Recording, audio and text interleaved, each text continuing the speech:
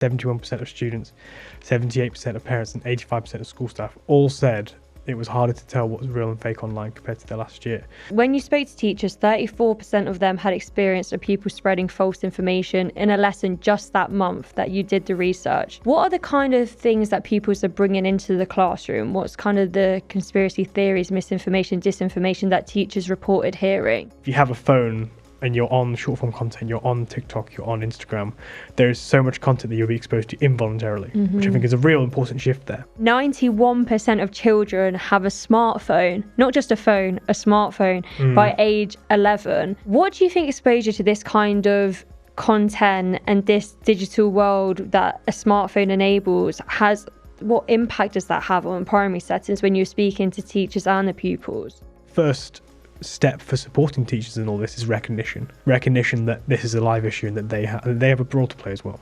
The parents are influential in this, and they do play an active role in helping young people understand what they trust and so on and see online. If we need to support young people, we need to support parents as well in all this.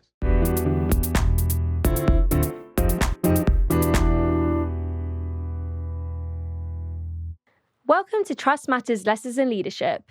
In this episode, we're joined by Michael Kane, Policy Manager at Public First, and one of the lead researchers behind the Commission into Countering Online Conspiracies in Schools. The Commission's latest report explores the growing spread of conspiracy beliefs, misinformation, and disinformation in schools, and the message is clear: this is a challenge that is growing, not shrinking.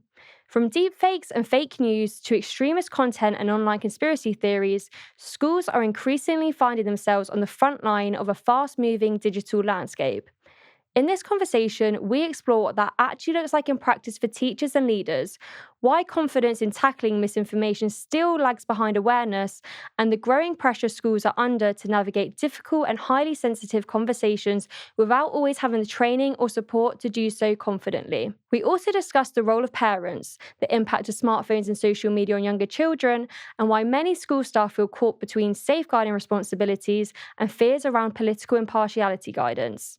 Finally, we take a look at what meaningful responses could look like, from media literacy and teacher training to building a whole school community approach that helps young people critically engage with the world that they're growing up in.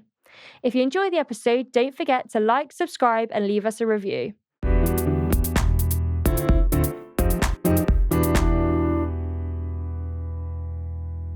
Well, firstly, welcome to the podcast, Michael. It's a pleasure to have you here today. Before we get into the detail of the commission itself, could you let the listeners know a little bit about Public First and what led to the commission? Yeah, thank you so much, Ellie. It's really great to be here and talking about the research that Public First has been a part of and the Pears Foundation as well.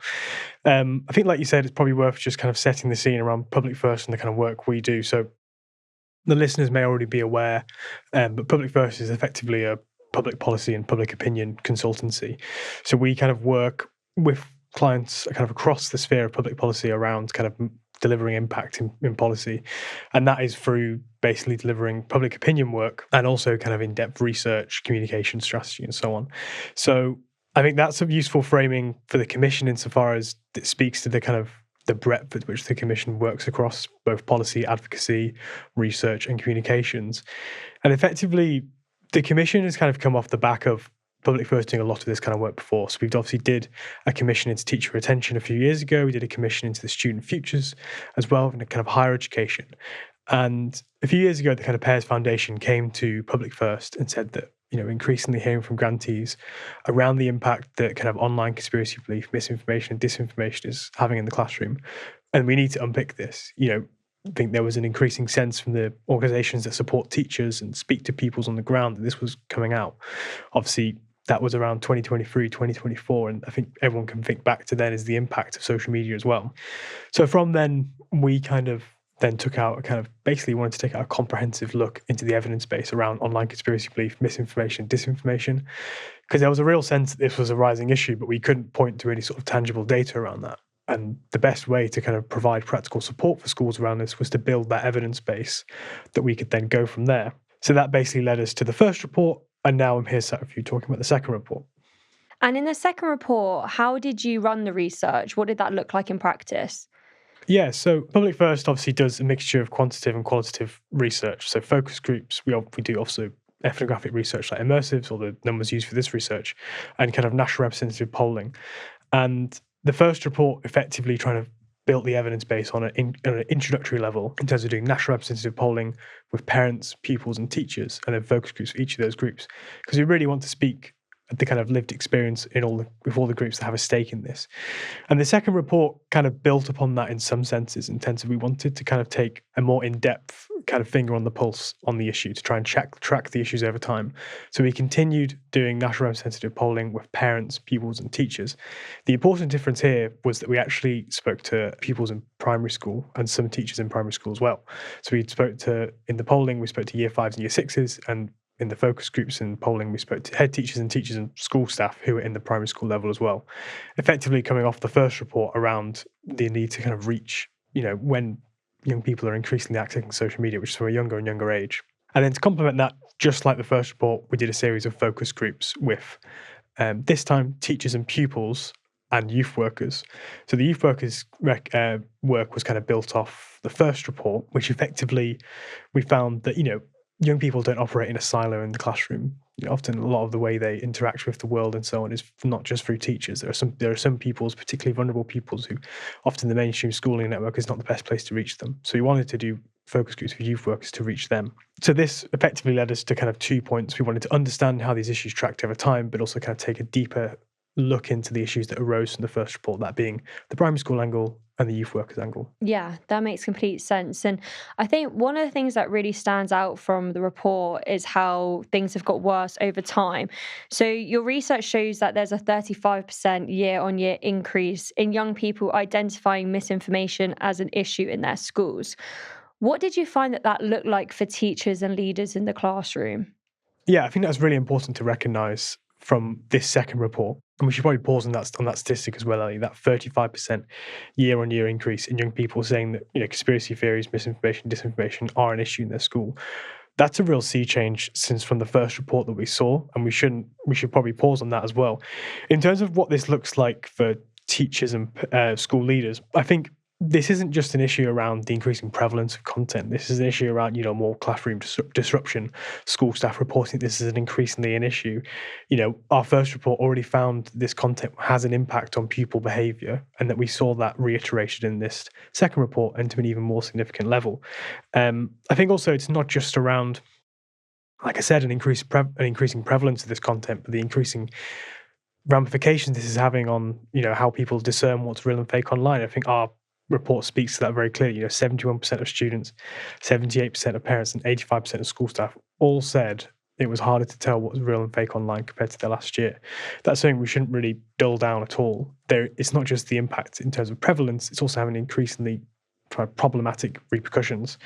And I think young people as well were readily identifying this as well. I think when we polled young people for the kind of challenges they face online, fake news ranked second, and that was only to online bullying and cyber bullying, which, two very long-standing issues in the kind of online world. Things when I was at school, you would talk about those. So I think that speaks to the problem which young people identify in this as well.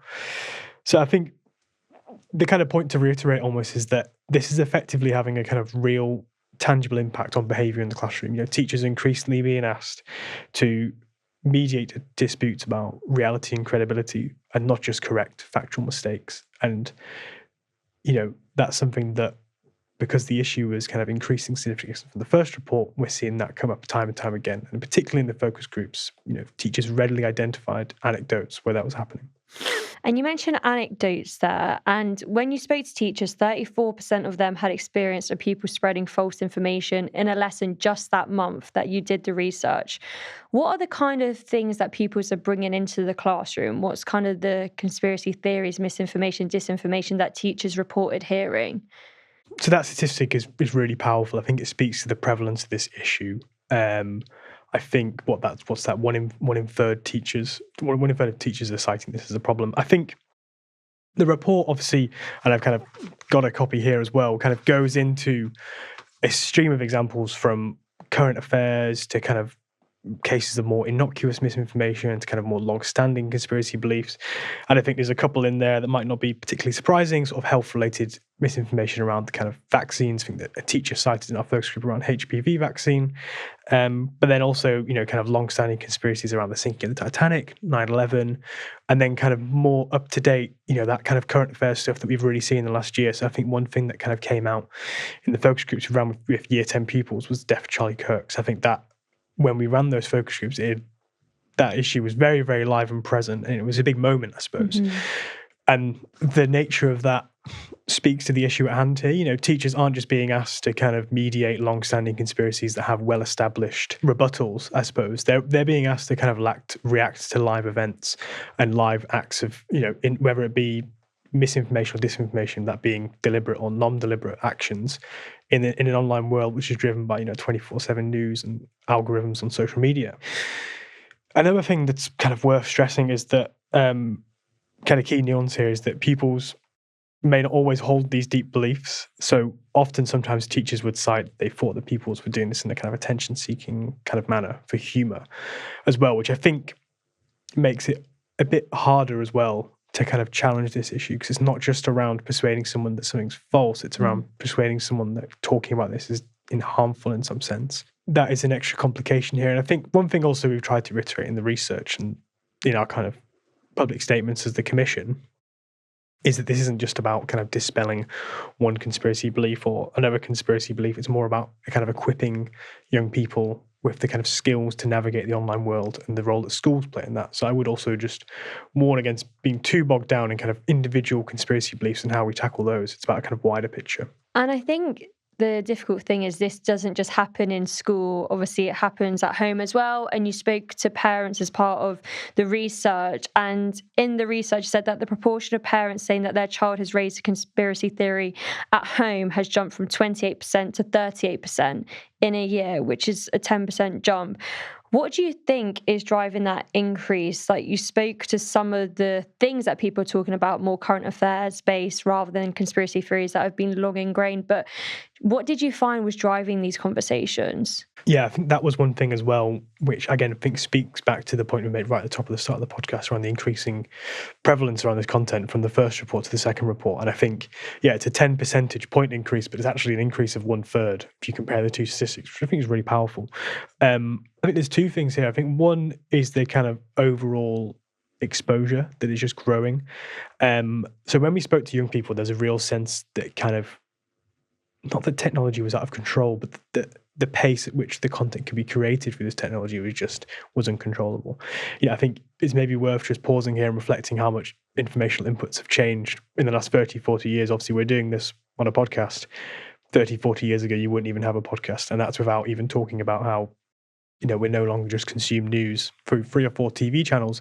We consume news through a myriad of social media, 24 news, algorithms, AI, and so on. That has completely shifted the landscape, and which means that people are almost overexposed to information. We're kind of in an information generation. And I think also, one of the things I thought was actually really interesting was young people are particularly aware around the kind of incentives around this stuff, or the perceived incentives, that there was a sense that that there was a kind of a benefit to spreading disinformation on social media in terms of the increased engagement, increased maybe even money-driven incentives as well, which I think was really interesting. And we might come on to it later, but as well, there's a kind of the elephant in the room, which is artificial intelligence. Insofar as in the first report, obviously, I think I controlled F the report, and there's a handful of mentions. In the second report, we have an entire section devoted to it. And it's the elephant in the room insofar as, AI has massively increase the way in which we can produce this content at speed in terms of misinformation, disinformation, and spreading online conspiracy belief, and also making it increasingly believable, which is left effectively to a point where we can get to a point where parental reports of a child raising conspiracy beliefs has risen up by a third.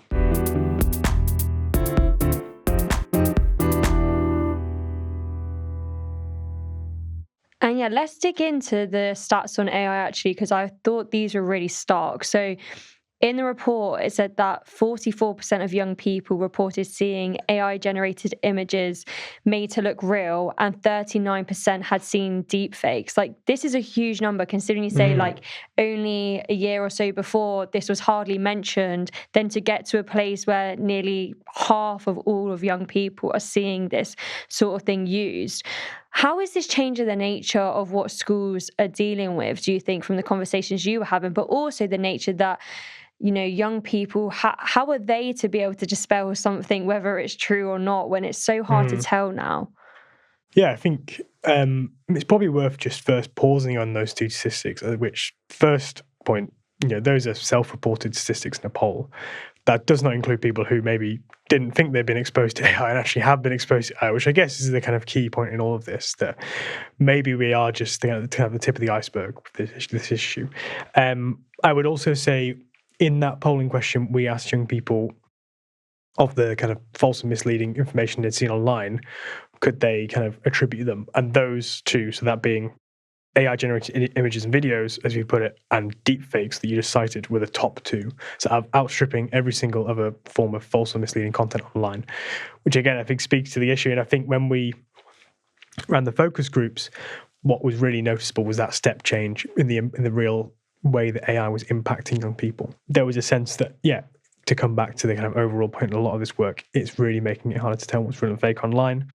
A sense of, to quote a young person, AI was basically everywhere in their words, which I think is really terrifying. If you have the awareness to attribute that, you know, year 10, it's incredible. And I think it speaks to that point which made previously around kind of, well, why is this happening? Well, AI has made it a lot easier to kind of churn out this content in terms of you can put into a chatbot around something like a misinformation piece, and it can turn something around in minutes. That's not something that we ever had 20 years ago.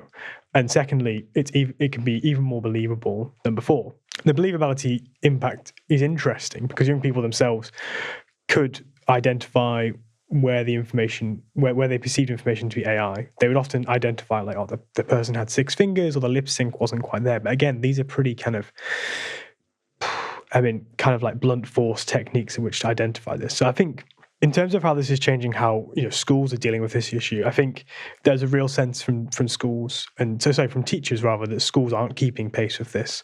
And, you know, as one primary school teacher put to us, you know, there's kind of no way in telling young people how to identify what's fake and real in this AI content. And, you know, I think there's a kind of real position for the curriculum in terms of a lot of the curriculum and how we identify sources online, how we have young people challenge sources online assumes a kind of analog world. And really, we completely shifted away from that to come back to that point around the shift away from 3-4 channels and traditional newspapers. You know, we're in an age of AI, and that is often how young people are consuming information. So I think really the kind of key point here is that AI has kind of transformed that landscape, and that teachers are kind of seeing it day and day, you know, in terms of young people showing them AI content online, in terms of AI trends happening online. You know, we saw the kind of school wars, red and blue school wars, that was all driven by AI content. It was AI slop, as someone put it to me, which I think, you know, teachers up and down the country can see the real impact that's having on schools, and probably readily identify that as well. I remember a pupil in the report as well said, like, my mum often comes to me to show me something on her Facebook, and like it's AI, and I'm the one who's having to say to my mum, like, this is AI. And I think it's the tables have kind of turned in that sense, haven't they? I think maybe young people are probably more ahead of some of the older generations and be able to spot that. But I think, like you say, it's kind of got to a point now where AI is so clever, it's so...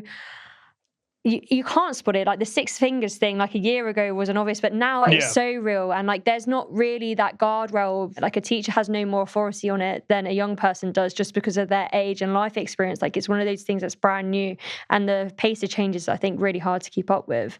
Yeah, I think teachers themselves were able to identify that they feel completely out of step with AI, and they feel completely overwhelmed by it. And they were able to identify that kind of, I think you alluded to it, that kind of digital native aspect to all this, which is that in some sense, young people are in some sense, I qualify that quite strongly, feel like they are more attuned to what is going on in the online world than their parents and their teachers, which creates an interesting dynamic in a classroom. Yeah. You wouldn't really have that in a lesson on religious studies or the kind of Weimar Republic, where the pupils know more than the teachers. Like, how do you navigate that in a school environment? I'm not a teacher. I've never worked in a school where just kind of do a lot of research around education. But I think that's a real live question that we need to consider.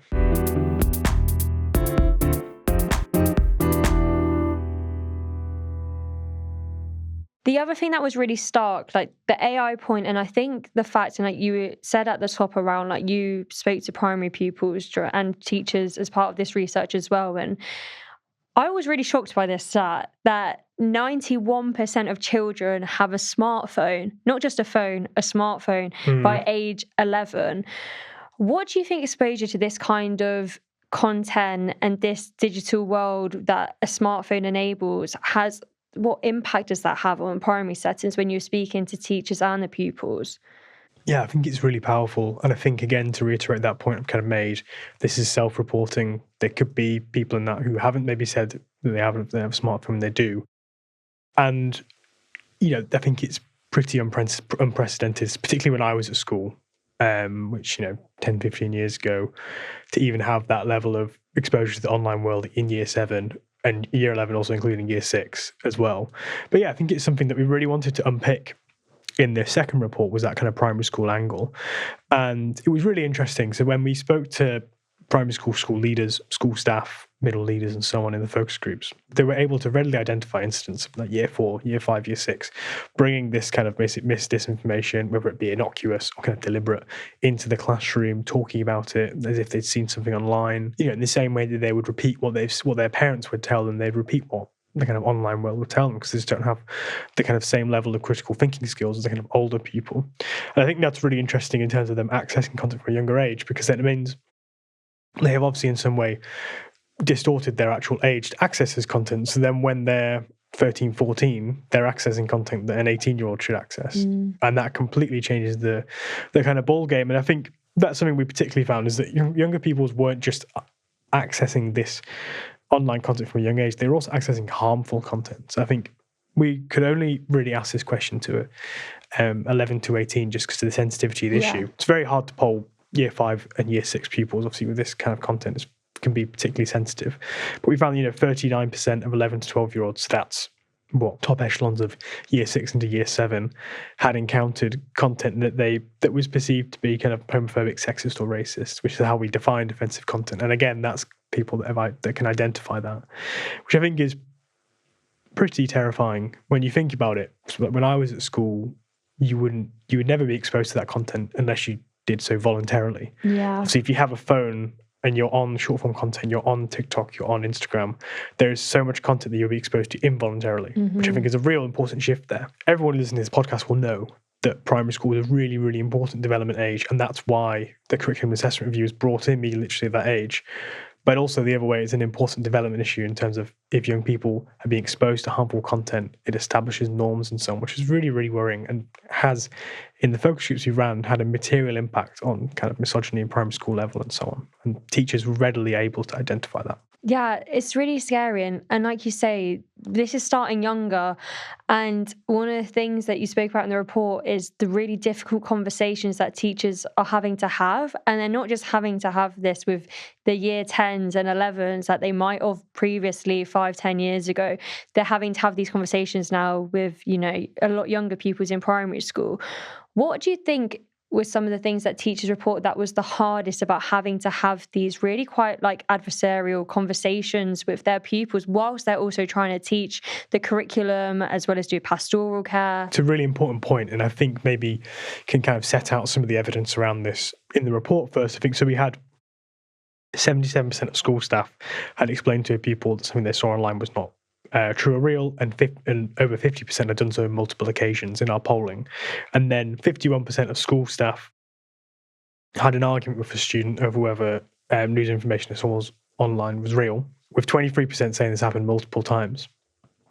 So I think that really, really, really elucidates the extent of the problem here, that data. And we shouldn't shy away from that. This is a live conversation that's happening in schools, and teachers need support.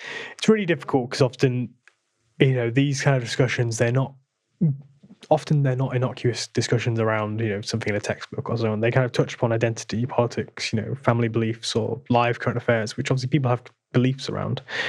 And I think also speaking to that point I made earlier, They're kind of driven by an information landscape that more resembles anarchy than it does structured conversation. 30, 40 years ago, to pad out this point again, which I think it's a really important point to make.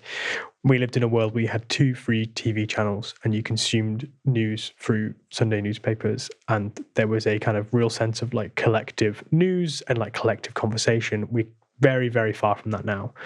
And maybe there isn't an open recognition that we are far from that as well. I think teachers in these conversations will also make some difference. They're worried about contradicting parents as well, and that relationship, which obviously public first research into attendance has found that relationship is fractured in some sense, and I think we can see in the relationship in the online world it's also the case. I think really the key in all of this is that we're asking teachers in all this situation to react kind of in live emotional environments, in often like charged conversation, often with little training and like no script to go off, kind of, and at the same pace at which this information is coming up from the kind of that 24-hour, 24/7 news cycle. You could have a case where something happens overnight and then, the year 7, year 8 form and the teacher has to ask for it. That wouldn't really happen in the informational landscape we had decades ago.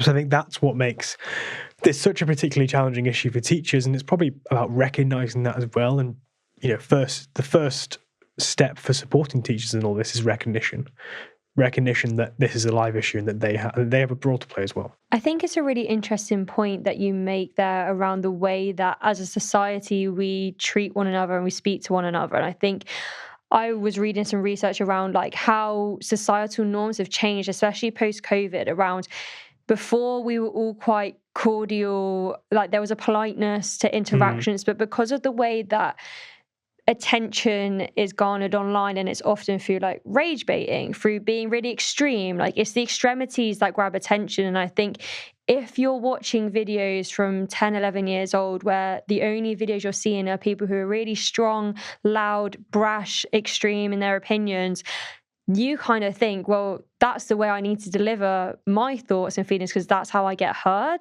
And I think the more time that young people spend in those sort of online environments where they see like the people who got the views are the people who are the loudest and the most extreme, like it can only feed into the way that they then have questions with their teachers and question authority in their classroom as well. And I think one of the things that came across as well was a lack of training for teachers on this. And I know since the first report, this was added to keeping children safe in education, around training around like online misinformation and disinformation. But what did you find teachers were reporting when it came to the support they've received through training or the information they've had at hand? What were the sort of things that you had in those conversations? Yeah, I think as I reiterated in that previous answer, teachers are being asked to have these live and challenging conversations without training, and the data shows that. So 35% of the school staff we spoke to had not received any training at the time of polling, and this rose to 51% among primary age pupils, which I think is significant for the kind of issues we just laid out in terms of this is a key developmental stage. This is often where these issues are rising, and the government has recognised that primary is a key juncture in this.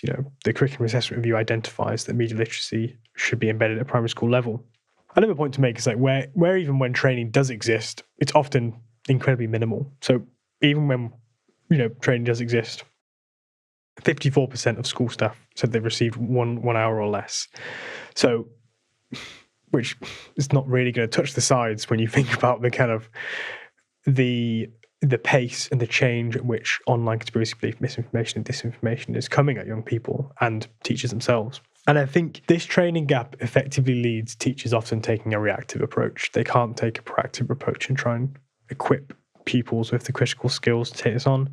They often are ended up having to purely react to these live conversations as they're happening without a kind of, I suppose, a crutch to stand on, a structure to build off, resources to use, tools to use, and so on. And I think what's really important as well, and it's kind of come into the Commission's wider work, is that the Pears Foundation, who support the Commission, have kind of commissioned the National Institute of Teaching's Centre for Digital Information Literacy in Schools and University College London's Institute of Education to try and develop some sort of practical-led resources and tools around equipping teachers for this work. So there's a kind of, I suppose, sit tightly while we wait for that rather. But there is kind of help on the way, and I think it's something that the Commission is really live to. We don't want to just be a talking shop. We want to be seen to be helping teachers as well.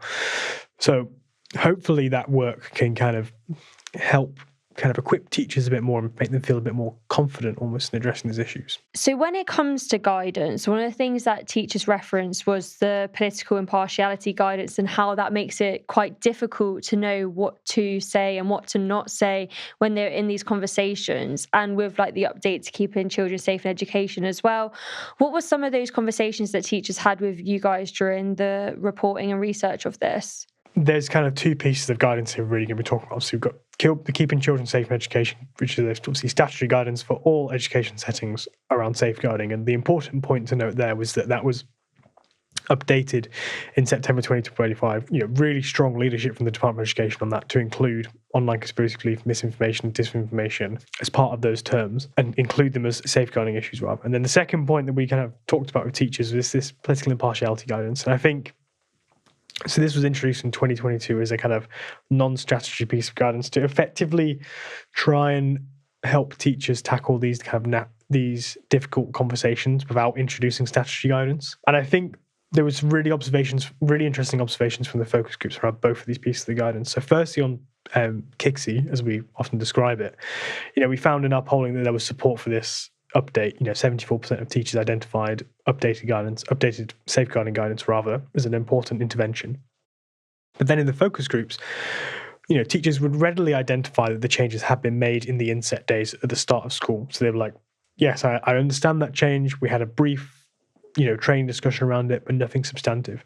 From then, there was seeds of doubt as to which the effectiveness of this update in terms of live classroom situations. So teachers would often talk about it in not a disparaging way, that's a bit too strong a term, but like kind of like this didn't quite have the desired impact maybe before. It wasn't quite as transformational change. I think there was a real sense that it doesn't have the same impact in a live classroom situation.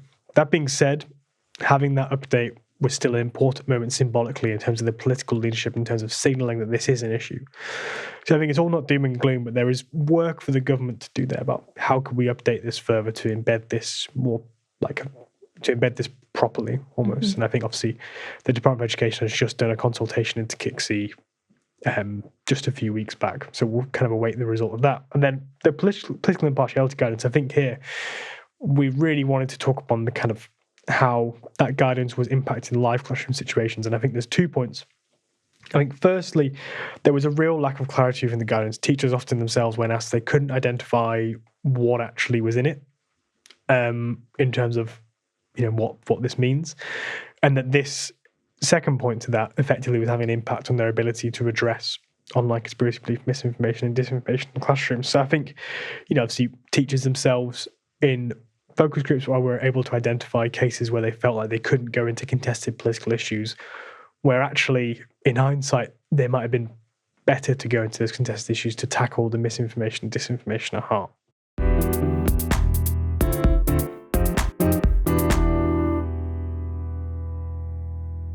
And I think, like you mentioned, one of the hardest part of having these conversations is it often is rooted in belief and personal belief. And a lot of a child's personal belief comes from their familial surroundings.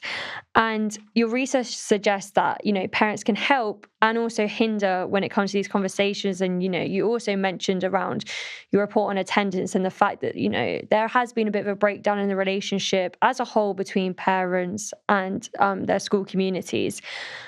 What do you think is the role of a parent in these conversations in terms of their impact and maybe some of the ways that they could help or hinder when these come up in school as well? This research is not the first to touch on that relationship between parents, school and the child. And obviously Public First has been part of that school attendance research as well. We're also doing research into kind of parent voice in education. And I think it's something that is really important if we are to address this issue, is ensuring that we have proper parental engagement in all this. Really want to steer away from a kind of blame game towards parents. But first, we need to come from the kind of foundational points, which is that parents are influential in this space, insofar as firstly, parents, and this is a completely intuitive point to make, I think my a lot of the way I am as a person now today is formed by your parents. It's a very, very intuitive point to make. It's the parents that are influential in this, and they do play an active role in helping young people understand what they trust and so on and see online.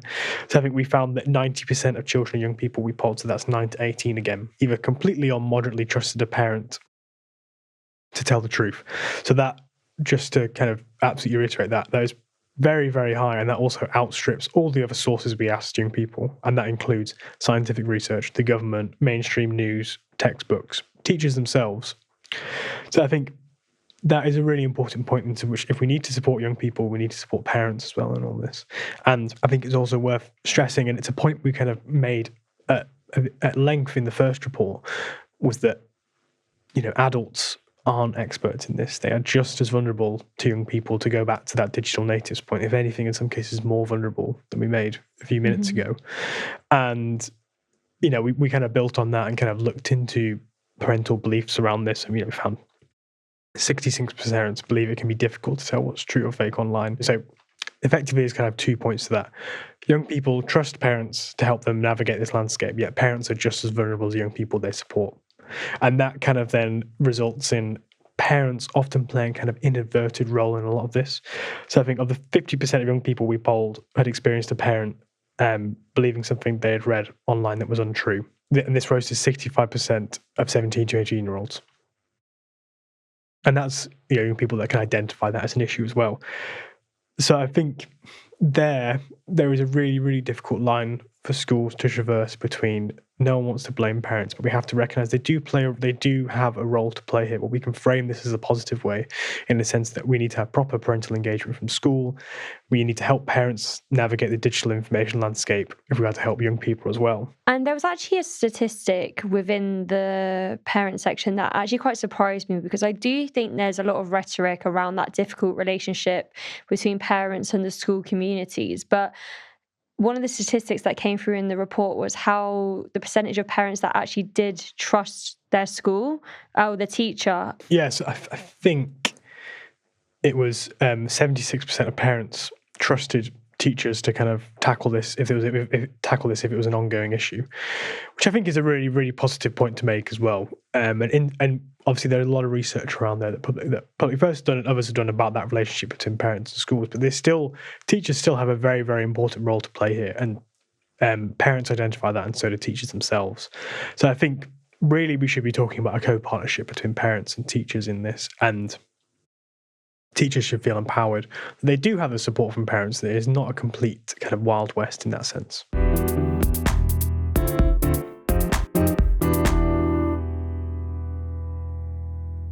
And you speak about, cooperating together, and oftentimes, because these things present a lot during school hours, a lot of people say, like, this is an issue to be dealt with at school.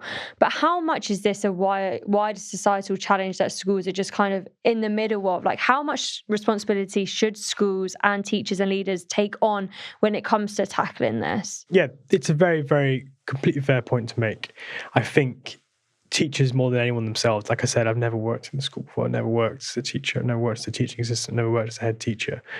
Teachers, school staff themselves will be able to identify that the school sector is under significant pressure, and increasingly being asked to do other things with outside their remit for the same money. It's very, very difficult. I think what the Commission is trying to do here is trying to kind of pivot this in a positive sense, is that, for me, schools are key to tackling this issue. We just talked about the trust that parents place in schools as part of this. There's also widespread support for media literacy. The government has signalled that as well. The updates to the Keeping Children Safe Education guidance.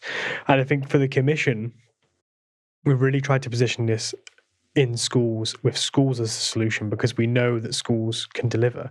We know that schools are where young people learn to live. We know that schools are where young people, are equipped for the future, and that we should feel empowered as we take on this new age, this new informational age, that schools can be part of that as well, and that they shouldn't be excluded from this. If anything, just like I said, young people learn to live in schools, and I think that's a really powerful message that I got from my education. I think everyone else would resonate with that, and that schools do have a role to play in this. And there does seem to be a strong appetite to address this. So 86% of pupils and 92% of parents support teaching media literacy. If you were a leader listening today, what are some of the first practical steps that you would take to addressing this in your school, or if you're a teacher, addressing it in your classroom? I think we should almost start with the consensus that this commission's report has created around schools being the kind of vehicle to tackle this. So just like you said, 86% of pupils and 92% of parents support integrating media literacy in the curriculum. Among school staff, we also identified support for CPD resources on this, 74%, and updating safeguarding guidance to include online conspiracy belief, misinformation, and disinformation. So just like I said at the start around the importance of, before you tackle anything and support schools in this, you have to start with the recognition. The evidence shows that schools have a very, very key role to play in this. And I think one thing that often comes in a lot of our research is the importance of school leadership in signaling to teachers that they can do certain things, that they should feel empowered to do this. There's a lot of research from Public First in the kind of role that school leadership can play in helping underperforming schools kind of overperform in kind of particularly deprived backgrounds. And I think we should have the same kind of forensic approach to school leadership in this domain as well. Head teachers should feel empowered, and head teachers should also be signalled to from the government, Ofsted, Department for Education, and they have been so far, that the schools have a very, very vital role to play in supporting young people and parents navigate this new informational landscape. And I think from then, with that kind of real focus on school leadership, then we can start to have a kind of a school system where teachers don't feel nervous, ill-equipped, and kind of under-resourced in tackling this issue. They can feel empowered. They can feel that they have a role to play here. But I think, like it said at the start, schools don't operate in silos. They operate within a wider education system. We need to look to build upon the kind of positive steps we've seen in the Keeping Children Safe in Education guidance has been updated, and continue to push for kind of increased teacher training around this as well. And what do you hope the impact of the report will be, and what's the future of the commission look like at this point? So I think the commission really has a really strong political momentum behind it in both Whitehall and Westminster. And I think the Department for Education and the government have been really, really strong in signalling that this is a very, very live issue. It is part of their strategic priorities for the informational landscape, for supporting schools. And I think the commission is going to look to build upon that. So this summer, we're going to be doing more polling, national representative polling, with young people from ages 9 to 18, parents and teachers themselves, to ideally look to publish another report with potentially some more focus groups in the winter. One thing we really want to look at in the next few months of the commission is that role about parents, and how can we do something to help teachers and school staff feel like they understand how parents feel in this domain more. Can school play a more formal role in that, kind of helping parents navigate that relationship, helping them support the young people? So one thing we're doing this summer is 12 focus groups with parents across the socioeconomic spectrum to understand how they encounter the online world. Do they support their child in kind of encountering it? Do they feel vulnerable themselves? What role, if any, do they see the school playing in this? Do they trust teachers to help in this? Kind of really unpicking that kind of solutions focused, which obviously there's kind of live issues that we addressed in the previous focus groups. We really want to take a deeper dive, building off that recommendation from the first report around the need to do more work with parents. So that's the kind of, I suppose, the immediate steps for the commission, is that parent piece this summer, and then continued research to kind of build this evidence base, because we have 2 points to track across the graph now. We have 2025 and 2026. What would really help build that evidence base and ultimately support teachers even more would be we can get that parental piece, but also get that 2027 tracker, and really build upon that evidence base to try and continue to drive positive change in schools to help teachers feel more equipped in this regard. And if you were to jump into 5 years' time, and I mean, we don't have a crystal ball, but what do you hope would have happened? What would success look like off the back of this report and the recommendations you've made? Yeah, I think that's a really, really important question. And I think it's something the Commission is very, very live to. In all of Public First research around these kind of grand scale commissions, we don't want to be a talking shop. We want to be someone that delivers action through evidence-based approaches. And I think one thing that maybe in 5 years' time we can see the real development of kind of real strong teacher training, CPD, initial teacher training resources around online conspiracy belief, misinformation, disinformation. See the Pears Foundation's generous support of National Institute of Teaching's Centre for Digital Information Literacy and UCL's Institute of Education's work. See that in action, and see that culminate in some real support for teachers, so that teachers feel empowered. And ultimately start to recognize that we are in a completely different informational landscape. We shouldn't treat teachers and young people as if we are in that informational landscape that I talked about 30, 40 years ago, 3-4 TV channels and Sunday newspapers, for instance. Things have completely shifted, and the school system needs to shift as well if we are to support teachers and young people.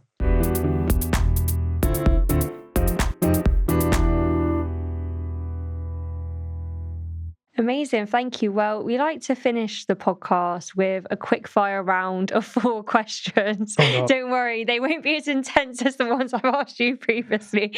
So the first question is, what do you think is the biggest challenge facing the education sector at the moment? I would say, and I think it's something the government have been very, very strong on so far, and I think it's something they need to continue to be strong on, it's probably going to be the disadvantage gap. I think it's something I'm really live to in a kind of personal sense, insofar as arbitrary factors like where a child was born, the family they were born into, the estate they were going into, things that they just can't control, doesn't impact their life chances. I mean, that's, for me, is like the biggest issue in education. That's kind of why we all should be here. Don't want to speak for everyone else. That wasn't very quick fire. But anyway. No, it's perfect. Second one, what motivates you on difficult days? Maybe this is again a little bit ivory tower, but I feel like kind of moral purpose, kind of like really trying to think like, what am I doing this for? Like really, kind of almost like a deep care for that. I think, probably come back to that issue on the disadvantaged work. Third question, what's been your proudest achievement in your career so far? I mean, I've had quite a short career. I feel like some of the guests you're going to have, you're saying to me that Professor Becky Francis could be on, like, she'll have a lot more to say to me to that point. But just thinking for myself, like I'm 26, I've worked at Public First for like a year now. I think probably this report is probably one of the biggest things I've done in terms of the time it's taken out, the impact it's had, being part of that live conversation. I'd say as well, being able to talk about it today, obviously, was incredibly grateful for that. Fab. And the final question, what are you most looking forward to? It'll be the next academic year now. I would need to check the timings, but let's see the new curriculum, and let's see, I think it will have a big impact on a lot of the school system. So obviously there's a lot of change, a lot of really, really thoughtful thinking went into that curriculum assessment review.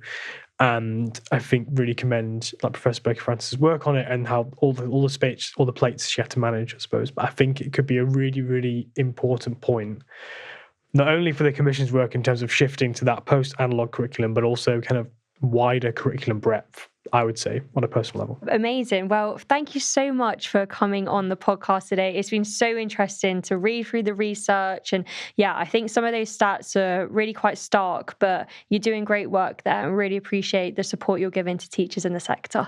Very, very good. Thank you.